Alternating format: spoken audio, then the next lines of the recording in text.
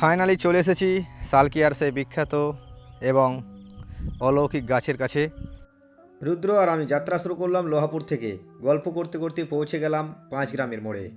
এখানে টার্নিং কেটে আমরা সোজাসুজি পৌঁছে গেলাম নবগ্রামে। নবগ্রাম চারমাথা মোড়ের দক্ষিণ দিক বরাবর আমরা যেতে শুরু করলাম। অবশেষে পৌঁছে গেলাম আমরা সালকিয়ার সেই বিখ্যাত মাঠের কাছে। এই প্রকাণ্ড মাঠের মধ্যে রয়েছে সেই অলৌকিক সম্পন্ন গাছটি। আমরা ফাইনালি মাঠে হাঁটতে শুরু করলাম। এখান থেকে প্রায় 1 ঘন্টা রাস্তা রয়েছে। পরিবেশ দারুণ, আর যেহেতু চাষ করে দিয়েছে সব জমিতে, তাই হাঁটতে অসুবিধা হচ্ছে না।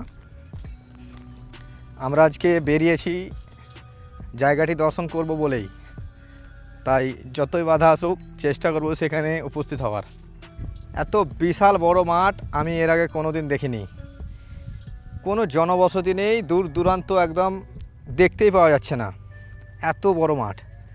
আর বেসিক্যালি বর্ষার সময় এই মাঠটি ডুবে থাকে, তাই বসতিও সেরকম গড়ে ওঠে না। আপনারা দেখছেন সেই বিখ্যাত সালকিয়ার মাঠ। সালকিয়ায় যে অলৌকিকভাবে একটা গাছ কাটার পর উঠে দাঁড়িয়ে গিয়েছিল, তো সেই গাছটা আমরা দেখতে যাচ্ছি। আমার সাথে রয়েছে রুদ্র। মাঠের মধ্যে এখন হাঁটছি। তো ঘটনাটি আদৌ সত্য কি মিথ্যা সেটা আমরা পর্যবেক্ষণ করতে যাচ্ছি। আর দেখতে পাচ্ছেন ঝিরিঝিরি বৃষ্টি পড়ছে, তবু আমরা বৃষ্টি উপেক্ষা করে যাচ্ছি। বৃষ্টিতে ভিজে যাব জানি, কারণ কিছু করার নেই, মধ্যে মাঠে চলে এসেছি। এবারে এমন পরিস্থিতি হয়ে গেছে যে জায়গাটি আর খুঁজতে পারছি না, মানে খুঁজে পাচ্ছি না কোন দিকে রয়েছে। আমরা এখন রয়েছি মাঠের মধ্যবর্তী অংশে। আসতে প্রায় 30 মিনিট লেগে গেল, আর একটু পরে পৌঁছে যাব সেখানে। যারা দূর দূরান্ত থেকে ভিডিওটা দেখছেন, যদি ভাবছেন এত দূরে এসে এই অলৌকিক গাছটি দেখবেন, অবশ্যই রিস্ক নিয়ে আসবেন। কারণ এত জঙ্গল যদি বাই চান্স কোনো রকম সাপে কামড়িয়ে দেয়, আপনি নিয়ে যেতে যেতে মরে যাবেন, কেউ বাঁচাতে পারবে না। আর আমার মতে না আসাই ভালো, কারণ এটা একটা ভণ্ডামির কাজ।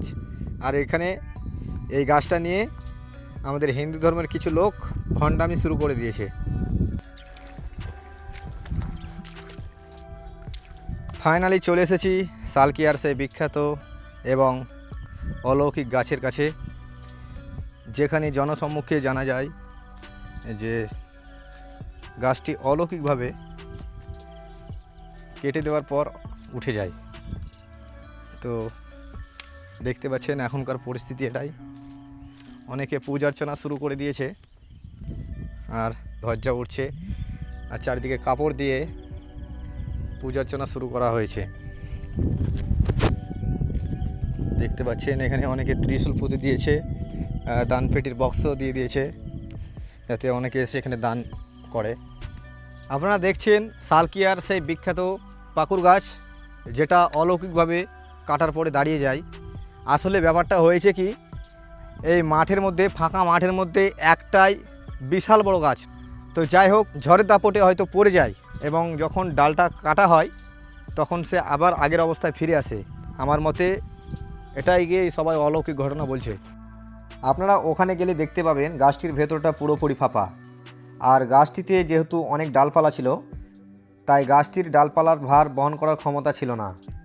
এছাড়া প্রকাণ্ড মাঠের মধ্যে একটা বিশাল বড় গাছ, ঝড়ের দাপটে সেই গাছটি পড়ে যায়। ডালপালা কাটার পর গাছটি যখন পড়ে থাকে, কিছুদিন পর বৃষ্টি হয় এবং বৃষ্টির জলে গাছটি আবার আগের অবস্থায় ফিরে আসে, অর্থাৎ দাঁড়িয়ে যায়। তাই এটাকে অনেকে অলৌকিক ঘটনা বলে ভেবে ধরছেন, কিন্তু আসলে গাছটি ফাঁপা, আর তাই গাছটির ওজনও বেশি না। এটা স্বাভাবিক ঘটনা এবং এর সাথে কোনো অলৌকিক ঘটনা যুক্ত নয়। এই গাছটিকে নিয়ে কিছু নির্বোধ মানুষ ভুলভাল প্রচার করে বেরিয়েছে, যার ফলে দূর দূরান্ত থেকে এই গাছটি দেখার জন্য লোক আসছে এবং অনেকেই পুজো দিচ্ছেন। বর্তমানে অশিক্ষিতর হার এত বেশি যে এখনও অনেক মূর্খের দল রয়েছে, যারা আমাদের হিন্দু ধর্মটাকে ব্যঙ্গরূপে পরিণত করতে চাইছে। এই সমস্ত লোকেদের বিরুদ্ধে প্রতিবাদ করুন এবং এদের বিরুদ্ধে যথাযথ ব্যবস্থা নিন।